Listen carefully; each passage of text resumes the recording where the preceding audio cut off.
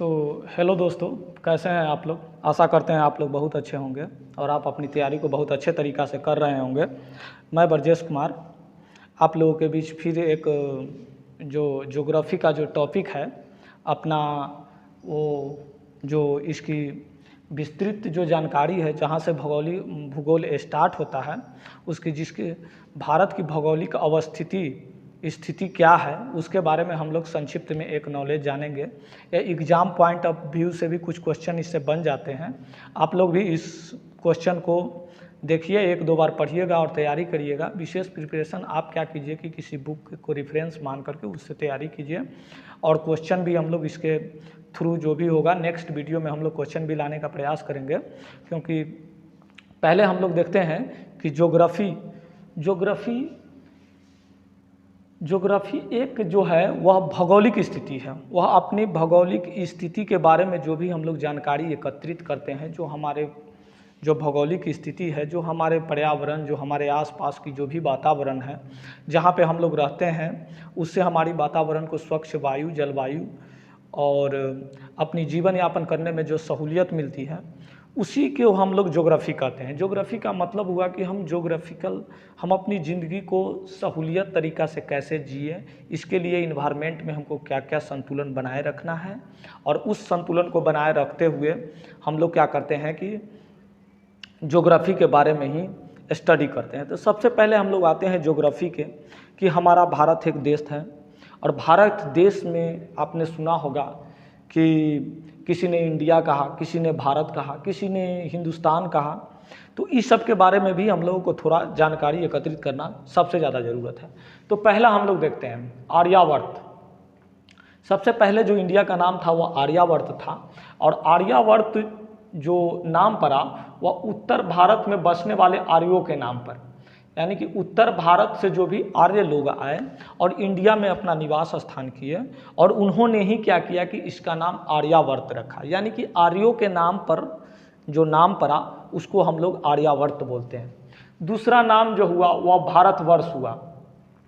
यह आर्यों के शक्तिशाली राजा भरत के नाम पर, आप लोग एक चीज़ याद रखिएगा कि यह भरत के नाम पर भारतवर्ष पड़ा था, भारतवर्ष पड़ा था। और हिंदुस्तान जो नाम पड़ा था वह ईरानियों द्वारा दिया गया नाम था।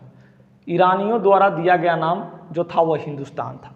हिंदुस्तान, ईरानियों ने इसको हिंदुस्तान क्यों कहा? इसने हिंदुस्तान इसलिए कहा क्योंकि यहाँ पे एक नदी, हिंदू नदी, ईरानी जब इंडिया में आए और ईरानियों का जब इंडिया में आगमन हुआ तो उसने एक नदी पार करके आए जिसको हिंदू नदी जो सिंधु नदी है उसको ईरानियों ने हिंदू नदी कहा, और हिंदू नदी पार करके ही उसने इंडिया में प्रवेश की, और हिंदू नदी के नाम पर ही हिंदुस्तान को नाम ईरानियों ने, यानी कि सिंधु नदी को ऑलरेडी वह हिंदू नदी कहा, और जो आर्यावर्त था उसको उसने हिंदुस्तान कहा। तो इस तरह से ईरानियों ने हिंदुस्तान नाम दिया। अब देखिए, इंडिया जो शब्द आया उसको यूनानियों द्वारा दिया गया। यूनानियों जब आए तो वो भी एक सिंधु नदी को ही पार करके आए थे, तो सिंधु नदी को उन्होंने इंडस कहा था। इस तरीक़ा से हम लोग याद रखेंगे, ईरानियों ने सिंधु नदी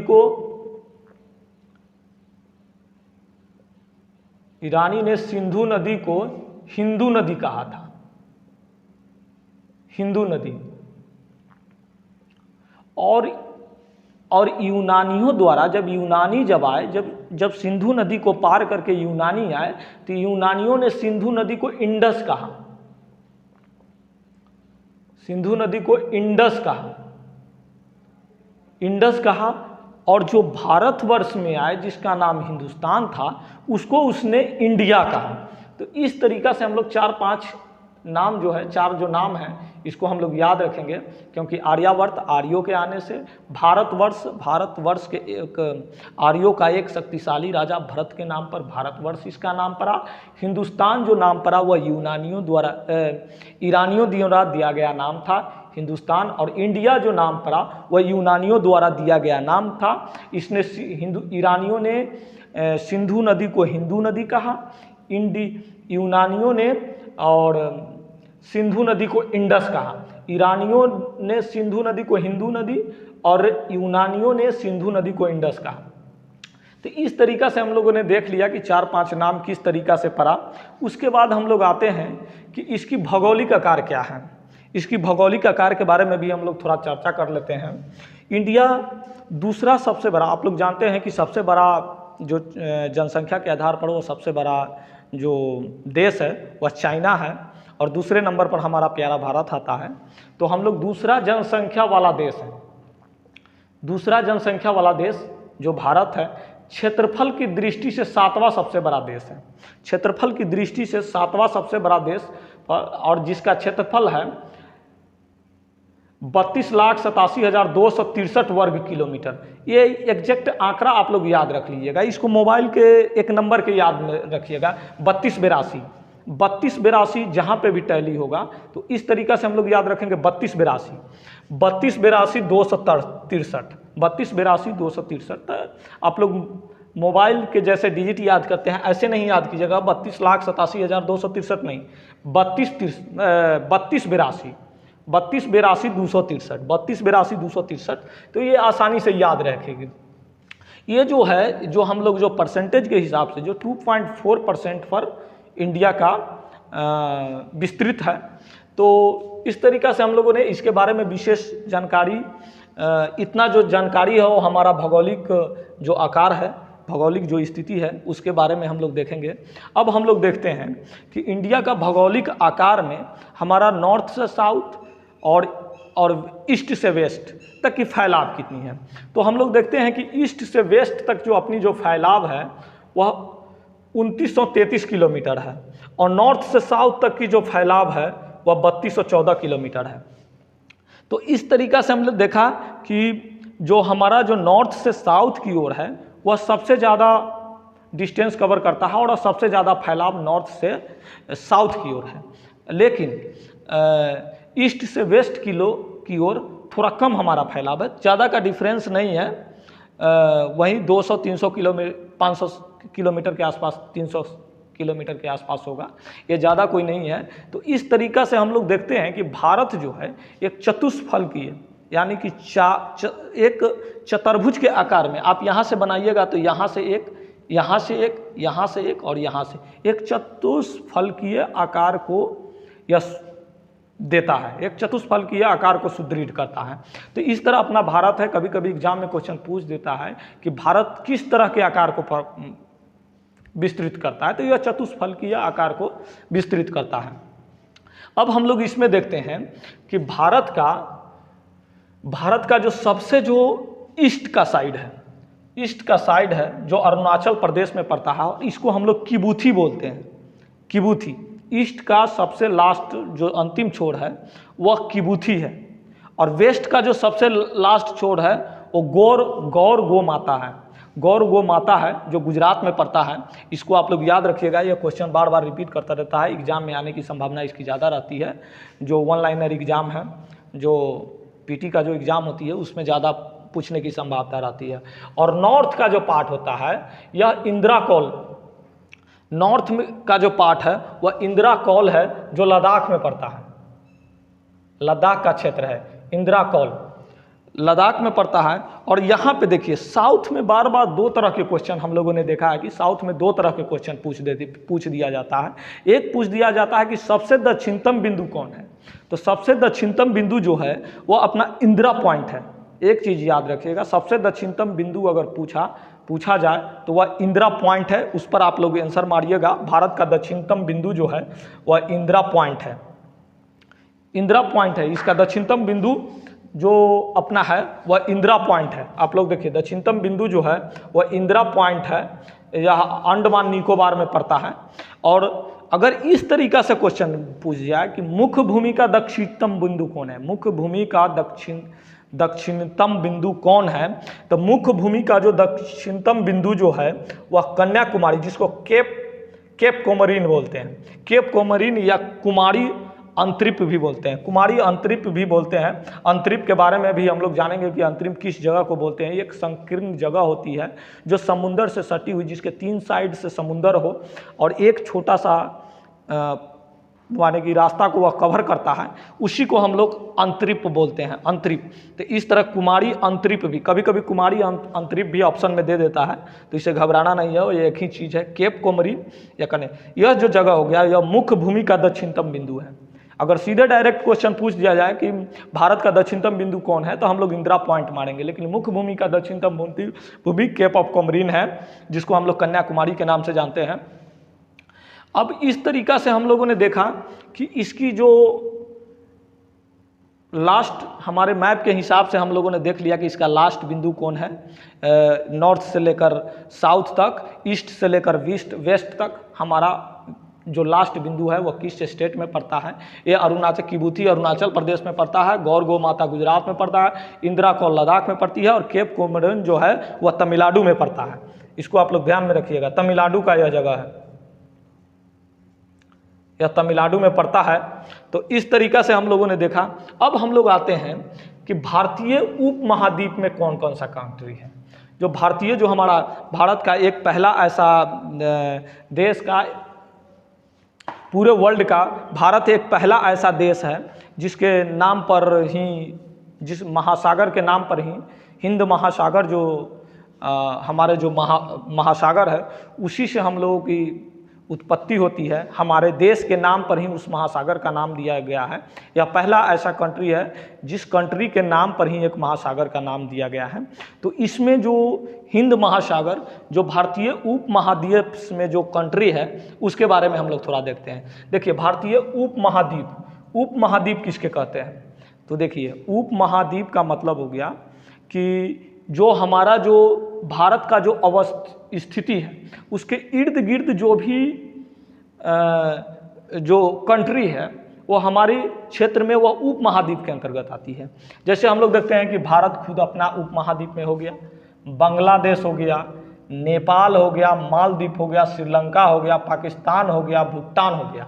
लेकिन आप लोग देख रहे होइएगा कि म्यांमार जो है वह हमारे उपमहाद्वीप में नहीं आता है।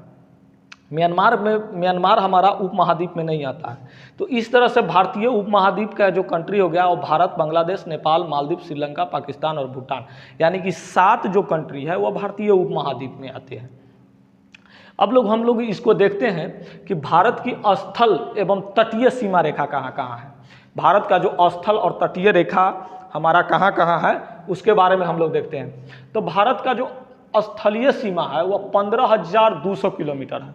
जो स्थल से जो जुड़ा हुआ सीमा है, इसके बारे में हम लोग फिर विस्तृत जानकारी भी आगे के चैप्टर में लेंगे। यहाँ पर एक मैंने संक्षिप्त जो सारांश जो होता है उसके बारे में हमने तैयारी किया है। तो भारत की स्थलीय जो सीमा है वह 15,200 किलोमीटर की सीमा है, और भारत की मुख्य भूमि का तटीय लंबाई जो है वह 6100 किलोमीटर है। माने कहने का मतलब कि भारत की मुख्य भूमि की जो तटीय लंबाई है, जो पूरा तट की जो लंबाई है वो 6100 किलोमीटर है। अब हम लोग आते हैं समुद्री सीमा की तटीय लंबाई। समुद्री सीमा की तटीय लंबाई 7516 किलोमीटर, 16.6 किलोमीटर। ये भी कभी कभी आप लोग ध्यान में रखिएगा कि एक बार क्वेश्चन में दे दिया था कि 75,116 किलोमीटर, जो हम लोगों ने नन ऑफ दीज मार करके आया था। तो इसको आप लोग ध्यान में रखिएगा। 7,516 किलोमीटर, 16.6 किलोमीटर है यह तटीय सीमा। ये स्टेट और यूनियन टेरेटरी के मिला करके, यानी कि केंद्र शासित प्रदेश और राज्य को मिला करके जो हमारी जो सीमा लगती है वह 7,516.6 किलोमीटर है। अब हम लोग आते हैं कि इसकी तो भारत की स्थल एवं तटीय सीमा रेखा देख लिए। अब देखिए, भारत की सीमा से लगने वाले देश कौन कौन है। इसमें सबसे इम्पोर्टेंट हो जाती है कि साधारण सी बात है कि भारत की सीमा से जो देश लगता है उसकी क्या है कि उस क्वेश्चन आपको एग्जाम में इस तरीका से बनता है कि जो अगर चाइना से, इसमें 3-4 ऑप्शन दे दिया जाएगा और पूछ लिया जाता है कि आपकी कौन सी देश जो चाइना से सीमा साझा नहीं करती है। तो इस तरीके के क्वेश्चन को हम लोग कौन सा राज्य है जो चाइना से सीमा साझा नहीं करती है, राज्य के बारे में से गणना करते हैं। तो इसीलिए हम लोग इसको भी थोड़ा देख लेते हैं। यहाँ से भी कभी कभी क्वेश्चन बन जाते हैं। जैसे देखिए, अपना जो भारत से जो सबसे ज़्यादा जो सीमा जो लगती है वह बांग्लादेश की सीमा लगती है, और भारत और बांग्लादेश की जो सीमा है वह 4096.7 किलोमीटर है। इस सबको एग्जैक्ट में आप याद रखिएगा, 4096.7 किलोमीटर, यानी 4096,007 किलोमीटर लगता है। और ये जो सीमा लगता है वो आपको वेस्ट बंगाल से लगता है, अरुणाचल प्रदेश से लगता है, मेघालय से लगता है, त्रिपुरा से लगता है और मिजोरम से लगता है। अब हम लोग यहाँ पे देखते हैं कि बांग्लादेश कहाँ है। बांग्लादेश की मैपिंग के सबसे बड़ा चीज़ है कि ज्योग्राफी जब भी पढ़िए तो आप लोग मैप का इस्तेमाल कीजिए और मैपिंग से आप कोशिश कीजिए कि हमेशा पढ़ने का कोशिश कीजिए।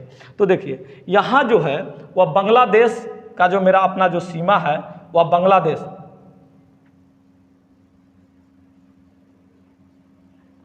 बांग्लादेश का जो सीमा है वह इस एरिया के साथ लगता है। तो इस एरिया को हम लोग देखते हैं कि इस वाले एरिया को कौन कौन से जगह प्रोवाइड करता है। देखिए तो यहाँ पे हमारा आ जाता है वेस्ट बंगाल की सीमा आ जाती है। उसके बाद हम लोग देखते हैं कि यहाँ पे जो है अरुणाचल प्रदेश की भी सीमा आ जाती है। अरुणाचल प्रदेश की भी कुछ सीमा लग जाती है। अब हम लोग देखते हैं कि मिजोरम, त्रिपुरा, ये सब की भी सीमा जो है वो अपना पश्चिम बंगाल, असम, मेघालय, त्रिपुरा और मिजोरम, अरुणाचल प्रदेश नहीं आता है। यही तो हम बार बार सोच रहे थे कि अरुणाचल प्रदेश कैसे आ जाएगा यहाँ पे। अरुणाचल प्रदेश, भारत बांग्लादेश से जो सीमा जो लगती है वो अरुणाचल प्रदेश तो बहुत इधर साइड हो गया, यहाँ से तो उसकी सीमें नहीं जाती है। तो वेस्ट बंगाल, आसाम, देखिए यहाँ पे आसाम होगा, वेस्ट बंगाल की सीमा लगती है, आसाम की सीमा लगती है। यहाँ पे भी हम लोग देख रहे हैं कि यहाँ जो एरिया जो होता है यहाँ से लेकर के यहाँ तक की जो एरिया होती है वो आसाम की एरिया है। तो आसाम भी हम लोग देख लेते हैं। उसके बाद एक त्रिपुरा देख लेते हैं। एक क्वेश्चन बार बार यहाँ पे आता है, त्रिपुरा एक बार क्वेश्चन में ये पूछा था कि हमारे किस स्टेट को बांग्लादेश तीनों तरफ से घेरा हुआ है, माने कि तीनों तरफ से जो घिरने वाला जगह है वह बांग्लादेश है, त्रिपुरा है। 3 रेखाओं से घिरे हुए क्षेत्र, यानी कि 3 तरफ से बांग्लादेश है और एक तरफ से ही खाली है जो इंडिया से उसकी आवाजाही है, वो जगह है त्रिपुरा। त्रिपुरा को हम लोग देखते हैं,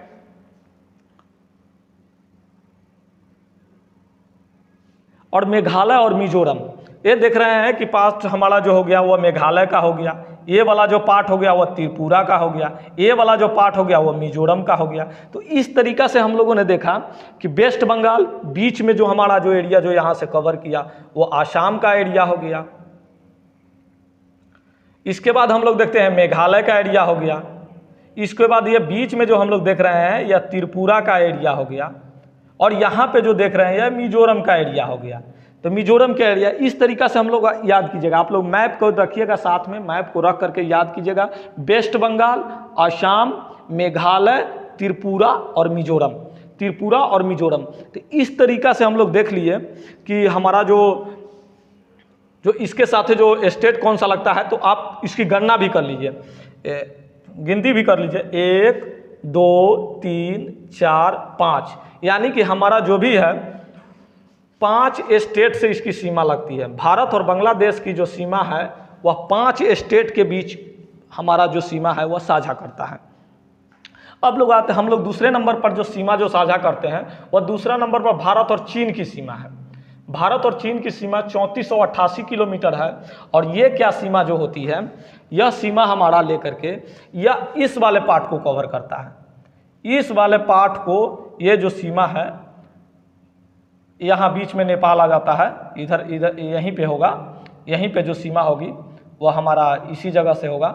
लद्दाख उदाख सारा पार्ट जो है इसके साथ भी कवर करता है। तो ये जो अपना जो पार्ट हो गया वो क्या होता है कि ये जो ऊपर का जो पार्ट हो गया यह चाइना को कवर करता है। और भारत और चीन के बीच जो सबसे जो बड़ा सीमा लगता है वह पहला लद्दाख का लगता है, क्योंकि हम लोग इस वाले पार्ट को भी देख रहे हैं, ये सारे जो पार्ट है वो पहाड़ से घिरा हुआ है। तो लद्दाख हो गया पहला जो लद्दाख हो गया। उसके बाद हिमाचल प्रदेश की सीमा हो गई, हिमाचल प्रदेश का सीमा हो गया। उसके बाद उत्तराखंड का जो सीमा हो गया वह उत्तराखंड की सीमा हो गई। उसके बाद सिक्किम आ जाता है, सिक्किम जो है उसकी भी सीमा लग जाती है। और उसके बाद हम लोग अरुणाचल प्रदेश जो यहाँ पे जो पार्ट पड़ता है, अरुणाचल प्रदेश जो ये एरिया हो गया, इसका पार्ट भी आपको चाइना के साथ लगता है।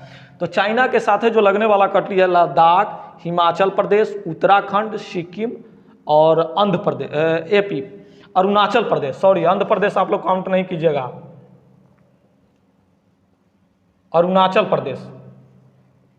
प्रदेश हो गया। इससे हमारा 1 2 3 4 5, इससे भी हमारा 5 जो स्टेट है और एक यूनियन टेरेटरी, उसकी सीमा हमारे पास लगती है।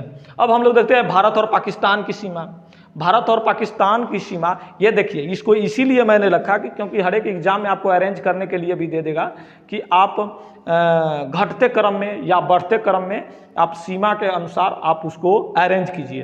तो इसलिए यह काफ़ी इम्पोर्टेंट हो जाता है, इसको आप लोग देख लेना है।